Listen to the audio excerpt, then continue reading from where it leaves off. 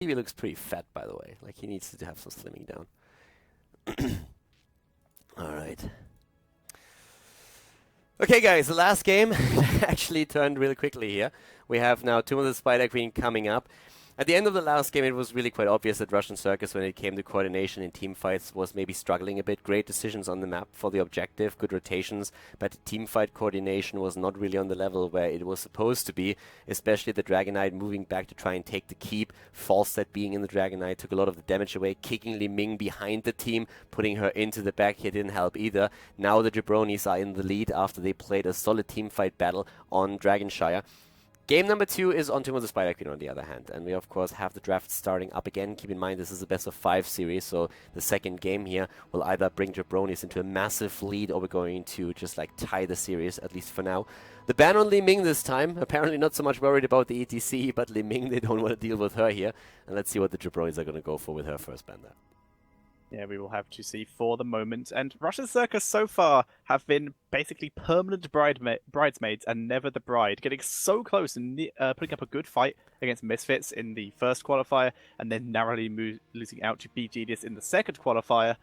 Russian Circus, they really want to make their way into this. Jabronis, though, standard ban out to the start with the ETC ban. Now, they picked a lot of Malfurion first, but on this map in particular, we have seen Sefka pick up a fair amount of Oriel too, since he can use the Detainment Strike quite nicely around the objective to get those extra stuns in. So the question is really for them now, how do you open up again? Do you drop the Malfurion once more? Do you prioritize him highly enough? Or do you just say like, well, whatever, if they pick Malfurion, we are still fine picking Oriel afterwards. So as you can see, the time pool is racing down here. They are thinking about the exact same thing, and they actually decide to let Malfurion go for now and go instead to a priority of Gul'dan, since they expect the Jabronis to pick the hero away if they don't take it now. Yeah, it is. The Malfurion being picked away would make sense for them, and it's just a solid pick in general. The Moonburn, very good at clearing here. Combos well with Valor, with Li Ming, with basically every assassin that uses mana. It works pretty effectively with, so still a fairly long time for the Jabronis. They want to make sure that their picks are 100% correct. They may also right now be considering what else to pick with the Malfurion, because if you have the time, you might as well use it. They start off with the Tychus. Yeah, Tychus taken. He was a huge target for them in the last game. Of course, he's one of the most dangerous assassins, range assassins that we currently have in the game, so a priority target for nearly every composition. We have been talking about also potential sniper comps again. And if you wanted to do something like it, Tomb of the Spider Queen would be a good map for it. Another thing to mention here is that the Russian Circus played now 2 times in a row in the quarterfinals on the last map that we casted and in the first map of this best of 5 semifinal. The Falstad on this map for stacking purposes, so they could do that again. We have with Jabronis heading into Johanna still a lot of wiggle room here for the Russian Circus. They can still pick up the Malfurion if they want him. They can go into a Vala if they want to over the Falstad. So just throwing it out there, they had a bit of a priority on Falstad overall and trying to get that stacking going for Season Marksman. Yeah, and Gus last game were pretty on point, and in all their previous games as well. Last game didn't really work out 100% for them, just due to losing a lot of the team fights.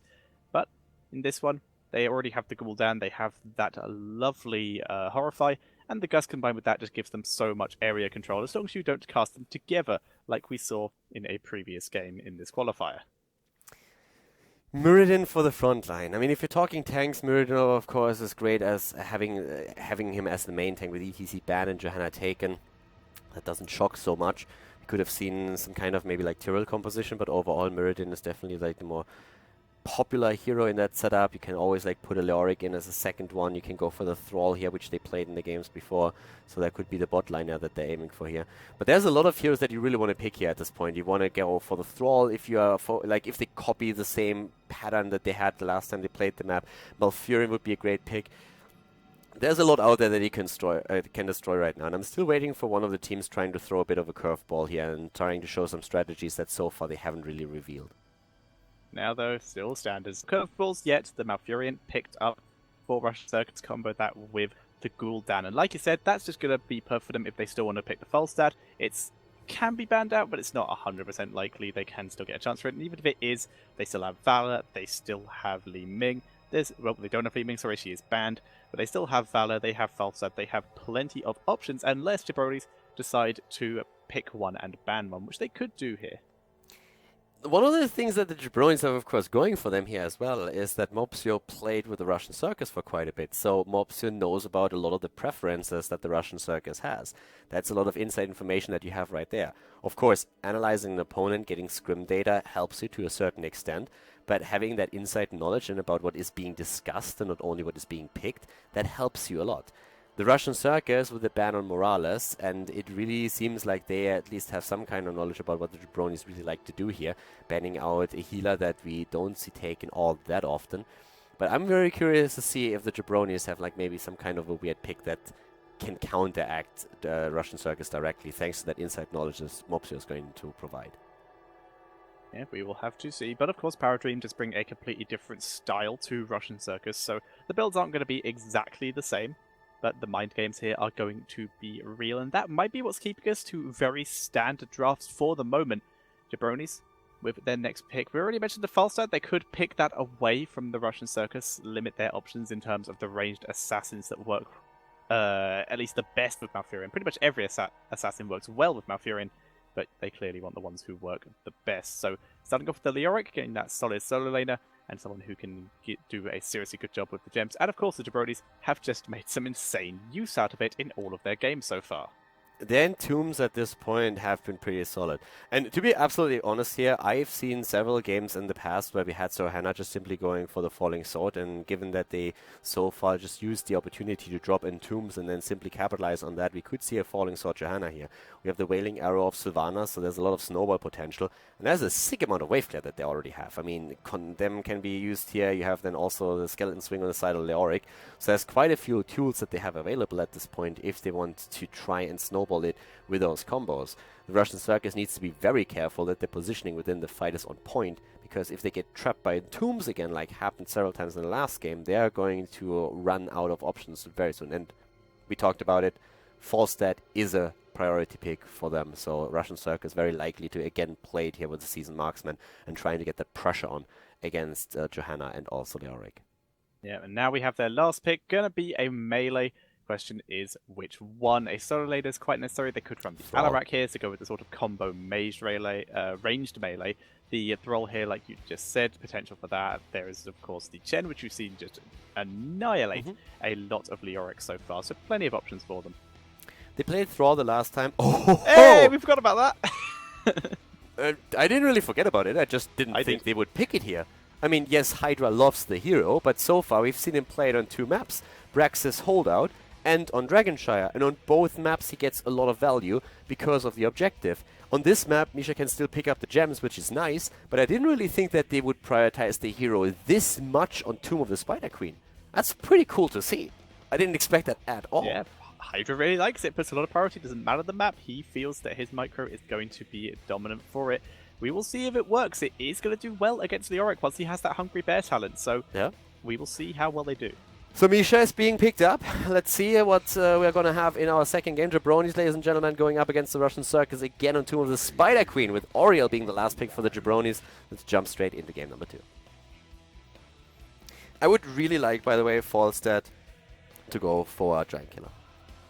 I would agree. We've seen it teased a couple times and it still not get picked. Teams are running up quickly. I'm going to very quickly grab a drink. That's going to take me like a couple seconds at max. So be right back. Yeah, no worries. Let's just go. The reason with Giant Killer is, like, one of the reasons why they go for the cooldown reduction is because if you're in a more passive position, if you have to play a little bit farther back, it's much easier for you to just, like, throw out the hammerangs the entire time. So you get guaranteed value out of the cooldown reduction and your mage, but at the same time, if you can, of course, just simply hit the front line of the opponent with a couple of Giant Killer shots, if you have decent Seasoned Marksman stacks, and at the end, then you get a lot more pressure onto the tanks themselves. So there's, like, arguments to be made for both, and we have actually seen a lot of hybrid builds being played in the past. Falstad right now is pretty cool in the sense that you can, for example, go full auto attack where you go Giant Killer, but you also go Secret Weapon. Most Falstad players that go into Seasoned Marksman still want to have the Boomerang for wave clear, but there's, like, I feel like 7-8 different builds with Falstad out right now that make sense depending on what kind of lineup you use and what your opponent does. But I would really like him to have a bit more pressure against the front line of the opponent, against the Leoric and also the Johanna. It feels like Sir Ice Cream has his build set for himself that he's comfortable with, so he's probably going to stick with that, which is by no means like a mistake or anything. But yeah, Misha is going to be interesting for sure. Yeah, a reminder as well that there is another talent on level 7. It's just so rarely picked. The Lightning Rod build not really getting huge amount of use nowadays, so charged up. I've seen that happen played. actually. We saw that happen in one game from this team. I'm pretty sure. No, it wasn't from this team. Basically, Falstead was picked with the Lightning Rod build on this map, where basically every time he would get the maximum amount of stacks on Wingman, he would fly to the enemy bruiser camp and catch it, and then walk to the enemy bruiser camp and catch it, and then fly back to lane. It was pretty cool to see, but it's the only time we've seen this talent really. It's cool to see, but I have to say that I don't like the build. I don't really think it adds enough for you to really get it like anything really in those team fights themselves. It's cool that we have it as an option, I want to say. Yeah. Personally, I'm not a fan, but in the end, that's not really what matters. If a team feels that it's the best build for them with a certain playstyle, then it's of course what they should aim for. Okay, so game is about to start again, guys. Best of 5. Keep that in mind. We are switching from best of 3 to best of 5 in the semifinal. The game is on, everybody, and the Jabronis are in the lead. 1-0 against the Russian Circus here at the HGC qualifier semi-final, the last qualifier. The 1-0 lead for the Jabronis brings them into the lead, and now we have Tomb of the Spider Queen as our second map, with the Russian Circus as the left side. Hydra on Rexa, Neon on Gul'dan, Sevka on Malfurion, so Ice Cream on Falstead again, and Power of Dream is playing the Muradin. To the right side of the map, we're currently seeing Mopsio and Johanna. We have Dickazoy playing for the Jabronis on Tychus. Kronos again on the Leoric, linked on Oriel this time, and Make is playing Sylvanas. So with her being played here, there's of course a lot of snowball potential. And in terms of builds, nothing shocking just yet. We have Corruption being stacked on level 1 for Gul'dan, and again, for Sir Ice Cream, the focus on the Seasoned Marksman as expected. A great map for him to get the stacks going here. So let's see how they can actually do on this particular one. We're expecting Neon, of course, sorry, not Neon, but Misha to eventually take the bot lane. So yeah, this is a game that's going to decide a lot for this series. Some of the other talents we're seeing on level 1, Globes galore. We have the Hunter-Gatherer for the Rexar and the Misha, Regen Master for the Johanna, and the Reanimation for Leoric, who is on his way to the bot lane. Misha attempting to guard, but Leoric is able to ghost past. They really hate Mopsio, don't they? They really do. 2 heroes focusing on that immediately and just hammering Mopsio down. Falstead is even giving up the stacks from the top lane, simply saying, I don't care, I just want to kill the guy. So yeah, they're jumping in and push a lot of damage on him. It's not really, it shouldn't really be of any likely consequence. Going to be healed up by Oriel soon enough. Has to activate his Iron Skin here though. But the rotations are happening right now with both of the stacking players joining that fight. And down to the bot lane, as expected, Misha and Hydra, they are dancing that little dance. Yeah, they're just pushing this forward. And Kronos will do very well in this lane as long as he continues to consistently drains until Rexar gets that Hungry Bear sandwich to be able to get so much value. Dickazoy taking some poison there from Gul'dan, and Gul'dan getting even more stacks. And he's hitting pretty much everything. His damage output at the start of the game is insane. Yeah, Gul'dan is always pretty nice to have in your team, especially on a map like this. In any map where you rotate between 2 lanes, if he can be part of that rotation, you are more or less bound to get an early completion on your talent. And whoa, Make taken out. Great kill. The counter kill against Gul'dan is happening though, and Sevka could actually fall as well. Barely gets out of there. Power of Dream is also hopping away at the last moment. Dickazoy is making it out. This was actually like both teams having the potential to get a second and maybe even a third kill here after we started off with that trade on Sylvanas against Gul'dan. Yeah, Power of Dream with the perfectly timed stun to deny that Haunting Wave away, which is why we saw Sylvanas get taken down here. But like you said, both teams have the opportunity, but good protection from their allies here. Kronos continue to drain the bear, but Hungry Bear is now available. Basically, that's going to be an impossible late to win, but he will also be able to sustain and not have to go back for health or mana at all. Right now, when we're talking rotation, it really feels like the Russian Circus has a bit of an edge here. They are doing really well with it. Power of Dream, on the other hand, has to be quite careful. He's starting to lose a lot of HP. The thing is that he still went into third wind on level 1, so he's going to get that HP back very fast. That's the pressure against Tychus. Dickazoy is about to fall. He's gonna die. Muradin confirms the kill, but again, it's a trade. Once more, it's Gul'dan that falls. Make tries to get out. Sir Ice Cream confirms a kill against him now too, so it's a 2-for-1 in the end. Very aggressive game from both of these teams. Yes, sir, Ice Cream only just getting enough mana for that barrel roll that gave him a good shield there to turn around onto Mako and guarantee that kill. But super well done by him. He's going to be able to be back and fly back to lane without too much trouble. Bot lane, Misha continues to bully Crotas as far back as possible. Crotas, he's still picking up gems. He's a little bit behind, but he's still looking fairly good in this game right now. He's going to collect those for his team and get ready for a turn-in, which will eventually happen. The stacking process that we are seeing on Gul'dan is of course slowed down by him dying twice already. 3 kills against 2 overall. So Ice Cream is capitalizing on the other hand on all the takedowns that he is involved in. So not only the rotation itself is helping him here, stacking his season marksman, but also killing opponent heroes. We are still having a fairly balanced game between the two of them, but again the aggression up into the top. And skirmishes is doing a fairly decent amount of good on-point routes that help his team to put the pressure on individual heroes. Both teams still heading for level 7, but yeah, down at the bot lane, still that fight happening in Kronos. He's pushing this back fairly nicely. I mean, he has the wave clear here. He's doing a pretty decent job with this. Yeah, Rexar, though, has just managed to acquire his Bird of Prey, though, which increases his lane push even more. And Leo's going to have some trouble. However, Leo has increased his radius with the ghastly reach here. He's going to be able to hit more minions and, of course, get a bit more harassment as well as this and a bit more wave clear. So a pretty fun duel down in this bot lane. Going quite well, but the first turn-in going over to the Russian Circus. The Russian Circus has the turn-in, and we have by now on level 7 Maka picking up the barbed shot for Sylvana, so he has an easier time taking down the web weavers as well. The thing that I want to point out is that we have a lot of gems on Mopsio, and he's always at the front line, so he needs to be super careful that he doesn't fall. If he dies and they lose those gems, that would be a disaster, and it would allow a snowball for the Russian Circus. So this is a fairly important phase in the game now for both of these teams.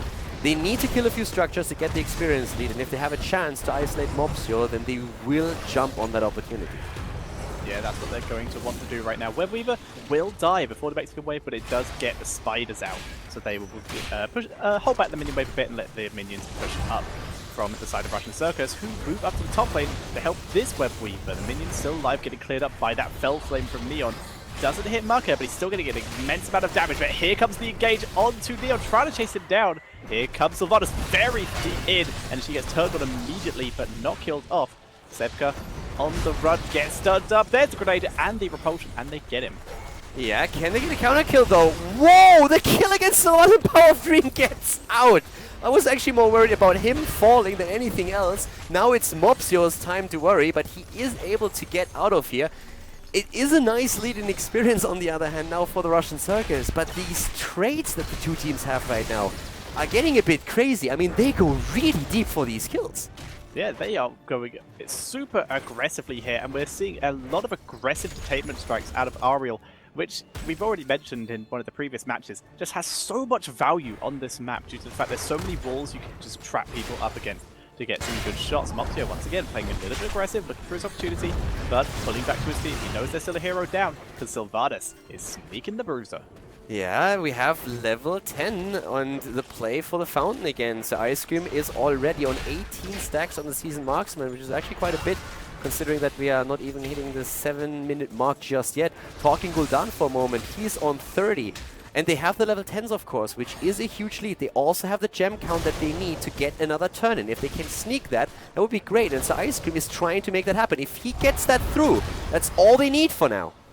Mopsio denies the turn-in, but takes a lot of corruption hits for his trouble. Stunned up by Paradream, and that is a turn-in by Sir Ice Cream, protected by his team. Good job there, Paradream, having to jump out though. He gets flesh shielded. Here comes the Wailing Arrow, but the Detainment Strike not stunning, instead just pushes Paradream to safety.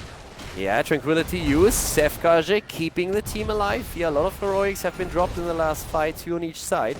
So 4 in total. The Blessed Shield hasn't really hit as intended. But this is now the snowball opportunity that the Russian Circus has. 33 stacks on Gul'dan. He needs another 7 to complete it. We have Falstad at this point on 20 extra damage. And when we're talking reanimation, we have 16 stacks on Leoric. He has been at the bot lane the entire time, so his stacking process is a bit slower, but the fight in the mid lane is about to start as Power of Dream is engaging from the side. Trying to drop the stuns, the Gust is used. Aegis to try and protect Licht here, but he's focused down. No more Aegis, he wasn't able to heal himself up enough, so Ice Cream getting focused. The Entomb used as a wall here, like a false wall, focusing onto Sevka, but Kronos is on his own. The grenade from Tigers, though, guarantees that kill, making it a 2-for-1, though, as Johanna was zoned to the top and killed off. Johanna killed off, and still the play for the front. Keep in mind, the Web Weavers are still there. We have Web Weavers pushing the bot lane and the top at this point. Neon is always very, very deep for these kills, and that means that he's taking a lot of damage, as you can see here, so he needs to be very cautious now. But the Web Weavers have done a solid amount of damage, and we are a level ahead for the Russian Circus. With Mopsio falling, they haven't really lost too many gems yet, since he could turn in before that happened. We have 43 gems in their hands, so they can still get that turn in. And as the level 13 talent isn't ready for the Russian Circus, they can't rely on a talent advantage yet. But they have, again, decent stacking going. Gul'dan by now is 5 stacks from being done with his quest talent. Yep, he's doing a pretty secure job here. Valstad also stacking pretty quickly, and right now the person to be forward doing quite well and was doing well for a while in terms of the stack game is Rexar and Misha. Misha actually getting picked off here as well, but he's not managed to get as many globes as he would have been hoping by this point. Yeah, so far we actually have Mopsio taking the damage again. Haunt hasn't been used here, neither the Mighty Gust. They didn't have to disengage. Red Web Weavers have now been completed. There's the Entomb. Gust has to be used if they want to avoid this. They go for Diggersor on the other hand. And they still... There's the Gust, finally, but not really hitting too many targets. They're still trying to get the kill against Tigers. They might as well get it, but they can't engage too hard. They get Sylvanas instead, so Ice Cream had to move away before he could eliminate Odin. The Web Weavers are coming in, though. The fight isn't over, as Mopsio was still trying to re-engage, but it might be the end of Leoric. He barely gets out with a Great Wall. Speaking of the bear, Misha just causing devastation in the backline is finally going to be pulled back after doing some immense harassment to Diggersor. Giant Killer. I like it. We've talked about the adjustment a lot. And there is the kill against Leoric, but the Ice Cream needs to be careful. Mopsio too! He dodges with a good Iron Skin, the Storm Ball. That was clutch, but he's still not out of trouble. 38 gems and they lose them all, Tetcher! They have to guard this. They're trying to. Maka attempting to sneak in, but Power of Dream, Sevkar, and Neon all in position to prevent those from being picked back up. Cronus will respawn here, and Wraithwolf to dodge out that Storm Bolt, moving into the mid lane to continue to regain all of those gems that he just lost. But like you said, so many gems. It was an amazing kill for them.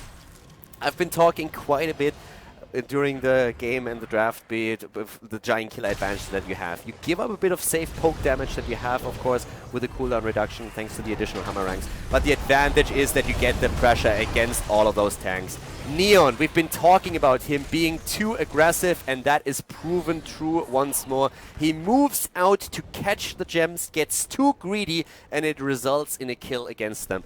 Big mistake here from Gul'dan. And we have a play for boss as an immediate reaction from the opponent's team upon the kill against him. Gust is up for this. This is their good opportunity to do this, but remember, Wraithwalk's available. The Aegis is available. There's going to be a very difficult steal here. Maka getting himself out of that boss area, though, and Ariel taking some huge harassment. Maka actually almost going back in here. Misha just creating so much harassment in the backline, but that's way too far forward for Ice Cream, but he does get Maka, and he gets out. He gets the kill and gets out, but I totally agree. He was super aggressive, hyper aggressive here. Way too deep. That could have resulted in kill against him, but it was a risky play, and they get rewarded this time. The play for boss, on the other hand, was too obvious. And the one thing that I want to point out, you talked a bit about the heroic abilities that were up. I feel like the most important point was which heroic ability wasn't, and that was the Entomb. If they have the Entomb here, they can trap whoever moves in and checks boss, and they didn't. So they couldn't capitalize on it. They lose a hero. They can't make anything out of that kill against Gul'dan. They find themselves still very far behind in this game right now. Could be a talent against them in just a few seconds, as 16 is so close for the Russian Circus. And let's not forget about Ice Cream continuing to stack this damage. Yeah, he is getting so much damage right now. He's almost about to get his attack speed boost that he gets for completing the Season Marksman quest. Gul'dan, has already completed his Echoed Corruption, but he's the only one to have completed any of his quests so far in this game. Also, the damage output, 45,000 for Leoric, thanks to him draining the tanks, and 45,000 on Falstad for him pressuring the front line. Level 16 talents. He's actually waiting with his 16 right now. It's an interesting choice for Falstad if you decide to go into Giant Killer. There's also the option to simply go for the movement speed after a barrel roll, which can be quite nice for maneuverability. Most players still go for the Tailwind reaction, the faster reaction of the Tailwind, but it's still one of the talents that you could go for. And actually, the way that he's playing right now, with how deep he goes, I would like him to go for that talent. I think he could put that to great use. Yeah, I think the barrel roll, just to get him out of there so that he doesn't, so that he has an escape plan, would be very solid for him. He could also, if he's going to continue to go aggressive for kills, go for the extra slow on his hammer rank that he can also get on this level. Yeah. For now, Odin dropped very early for the defense here. Level 16 will be available very soon for the Jabronis here, as they put up a stellar defense right now.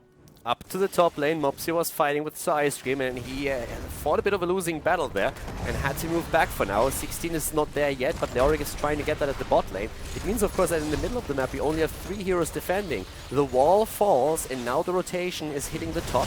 It is indeed the slow on the hammer. Did not decide in favor of the additional movement speed, but the hammer slow, of course, is also going to give him a good tool for these fights. Talking about tools for the fight, keep in mind, Leoric is moving in from below now, but Hydra already scouted it out with Misha. Well done, and they actually go aggressively for Leoric, trying to get a kill here.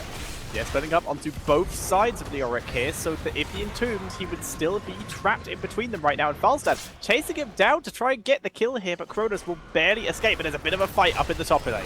Yeah, Power of Dream is getting his avatar through. In comes Falstad. They're turning into a 5 versus 4 kill against Tigers nearly immediately. Good heal also coming from Malfurion, and a second kill confirmed as Mopsy of Falls drops the remainder of the gems that they have. Falstad by now also had his own talent completed on 1, so his season marksman attack speed is confirmed. He has 45 attack damage at this point, 16 versus 16 in talents, but a play for boss is being made off the back of the 2 kills that the Russian Circus just confirmed. Yeah, I just want to call out just Ice Cream for the amazing play there of him being the global hero, zoning Leoric so far away from the fight, meaning that his team were guaranteed a 5 versus 4 because he could just fly, whereas Leoric had to walk, and he walked in from behind hoping for a good in-2, but it was too late. Johanna was already dead. Sorry, Titus was already dead. Linked, by the way, had to cancel his own Hearthstone. It's not of any consequence, nobody could interrupt, but that already played that a bit. In terms of damage output, 63,000 for Sir Ice Cream. The damage is really adding up right now, and he is just keeping the stack. Nearly on 50 damage. The tanks are suffering. The Giant Killer combo is so strong here. They don't even bother gusting anybody away after an entomb. They just go full on for Kronos, isolate him then in the end after all, but that kill was easily confirmed, and they go for Maka now, who barely jumps away with a Haunting Wave. Kronos not even fully stacked on his regeneration right now, so he's not going to come back as early as he would like to. There's the stun onto Maka with the corruption. He's getting focused down, tries to make it to base. He makes it inside. He will survive there, but Neon is taken down in exchange. Good Wailing Arrow. Good Wailing Arrow confirming the kill against him. Not only him, it's Falstad who has fallen as well. Both of the damage dealers are down. They're trying to get additional kills, going for Power of Dream. A good root on the ground by Sefkaja is at least for now avoiding it. There's no Entomb for Leoric for another 5 seconds. And thanks to Misha slowing them down again, has to do that again though, they are able to escape here. 19.5, 18 on the side of the Jabronis. The game not over yet, but the keep at the top lane has fallen, and it's 13 kills against 7. But Sylvanas is starting to get value for the red team. Yeah, they're going to guarantee a fort here, and those kills were huge for the Jabronis. They're still a level behind, but they're working their way back into this. They'll get top fort as well. This banked up XP that they've had from not killing structures is beginning to pay off for them, and Cowdor, this is a semi-final. Yeah, this is the semi-final. We are having them for fight. They fight for every inch of the map right now. In talents, we also have the Wrath of Heaven, which of course makes especially ability damage a lot stronger here. And that's something where Oriel can really just help out with the damage output overall. The level 20 talent is going to be really interesting now, though, on the side of the Russian Circus. They got the keep at the top lane, but they need to make more happen than that. We could have actually seen even a Nexus Frenzy on Falstad. If he wants to fully commit on this, he could have done it, but they decided to still use the added mobility with the Epic Mount. It's such an amazing talent. Epic Mount is so good. It's a very, very difficult decision to give that up. With all the damage that they have right now, already 50 extra damage on Falstad, plus the Giant Killer, they could have made that decision. It also allows Falstad to stay a little bit farther back, but we have, of course, next to that also now the Hardened Skin on 2 heroes, and we have a Storm Shield, and the fight starts once again, Thatcher. The Odin once again being dropped to defend here. They're clearing up the bruises very easily, thanks to that extra damage from Sylvanas, and a good defense from the Jabronis once again, but now Odin is not going to be available for the team fights. So it's being used effectively each time, but once again Jabronis forcing themselves into an interesting position in terms of how aggressive they can be on the map once they have the level 20. 70 seconds for the Odin, and level 20 very quickly approaching. And once 20 is there, we have to highlight it again, how much value Sylvanas can get if you lose a team fight right now. Of course, you are looking great at structures. You have to keep taking down. You are 13 against 7 kills. You might get the next Web Weaver wave. But if you lose a big team fight, maybe after a Wailing Arrow hits, a good combo with the Entomb dropping before that, and all of a sudden the game can turn around. The death timers are so high at this point that a Sylvanas, like one team might killing 4 heroes, a really bad team fight, and you might lose the game right here and then. So you need to be super careful still. You cannot take this for granted here. And the Jabronis know that. They're waiting for an opportunity. Balls have been dropped. The Entomb to trap out Hydra here, but the fear is good this time, forcing Tychus and Mucker away, both the damage dealers, but Leoric continues to tank. He's trying to escape here. Muradin jumps on him, but he still lives. Falstad from behind, though, gets the Gust, forces them against the wall. They try to turn onto Mopsio. Mucker gets away, but Tychus is stunned out. He will go down. Neon is so low, but he still survives, and we have 2 kills against the Jabronis. The damage on Falstad, 81,000 he dropped out. The only hero that actually has more damage on the game is Sylvanas. She's been doing some incredible work over these past few minutes. We have the double kill confirmed. There's no boss on the map, but they're trying to go for the turn-in. Kronos is there, Power of Dream deep pushing the lanes. They're trying to push in once again, of course. They can complete the turn-in. The boss is not going to be ready for another 16 seconds. Tychus is down for 33. They're waiting for it. They're trying to make the play. They're waiting in there. Kronos is moving in. He's a bit too aggressive with that, but the stun misses him. They put some extra damage, some free damage on him, but now the boss is about to appear, and this is where the Russian Circus is saying, like, okay, we can get this. We're going to take it.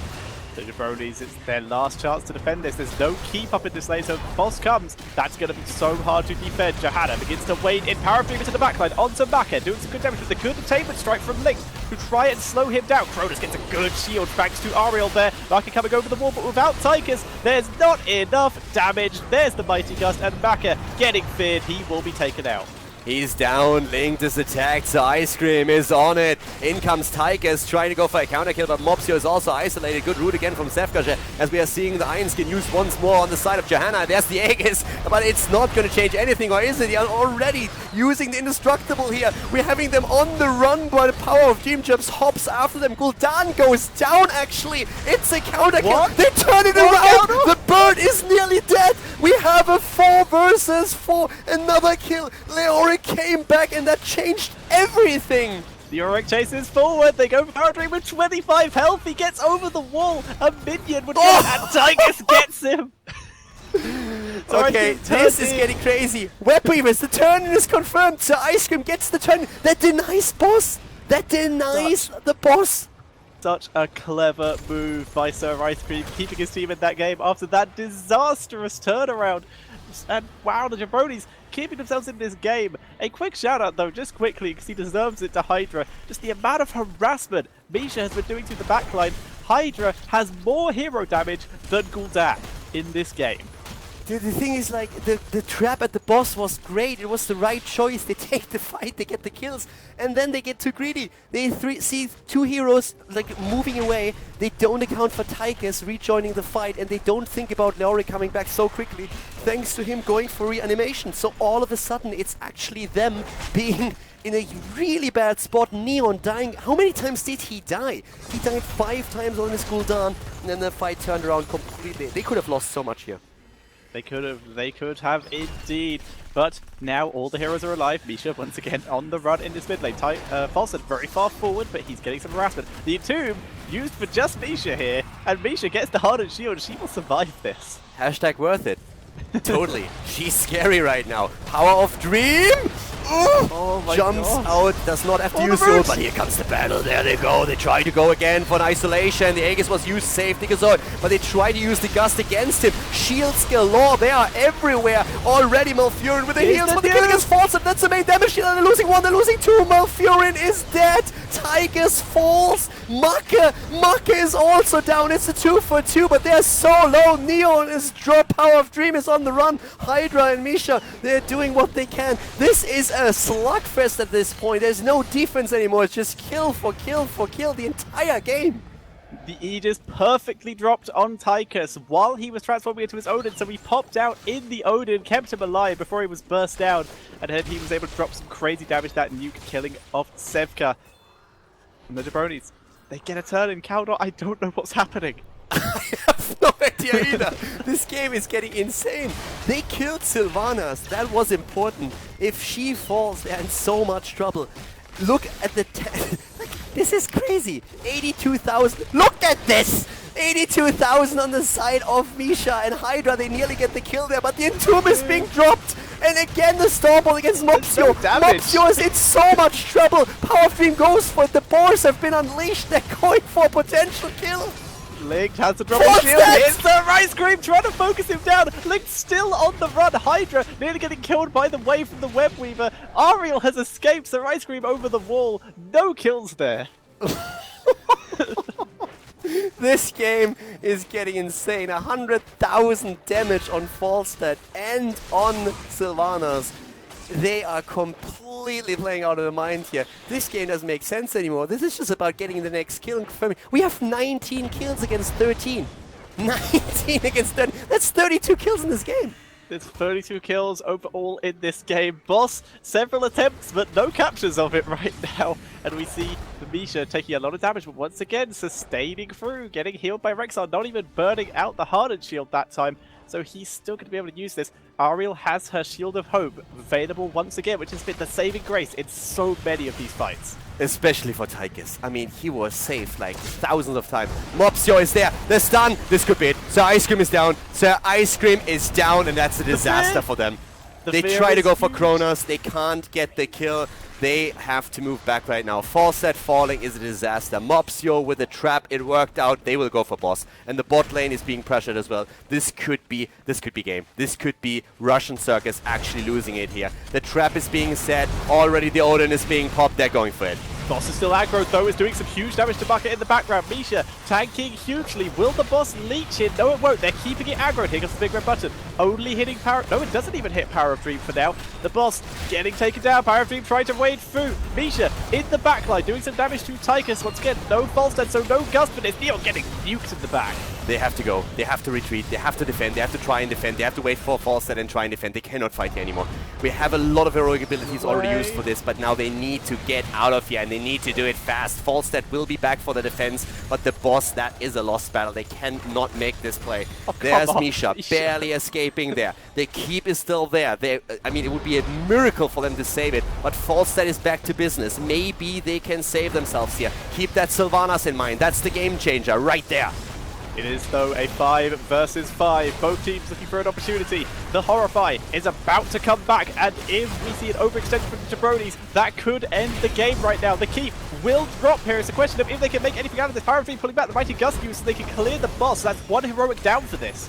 Yes, and the Keep has fallen. That was obvious. That would happen. But it's the play. This is the play against Zefka. Iceberg already used to go for Kronos. Look at Power of the Dream and so Ice Cream dishing out the damage here. The boss is going for the core, but it's a little bit too low. Kronos is about to fall. Kronos is about to go down, and he is dead. The boss is on the core. He's starting to do damage, but Maka falls as well. They cannot finish this. They just can't. It can't happen. Mopsio is eating so much damage right now. Falstad is wrecking him. The indestructible procs. Power of Dream doesn't even care about him anymore. He wants to go for Tychus. Tychus has been shitting all over him the entire game. And Power of Dream is mad. The dwarf wants revenge. Down goes Johanna. Dikazoy is there. The Odin is not going to matter anymore. This has to be it, Thatcher. That is going to be it. Lynx trying to buy time for anyone to come back. Leoric will revive here. He's going to try and buy some time as well. He slows down Neon, heading to the core. It's Ariel and Leoric. Ariel escapes. She can be back to base right now, so it's going to be a 2-man defense right now. And Cronus delaying this as long as possible. Sylvanas will be back in 20 seconds.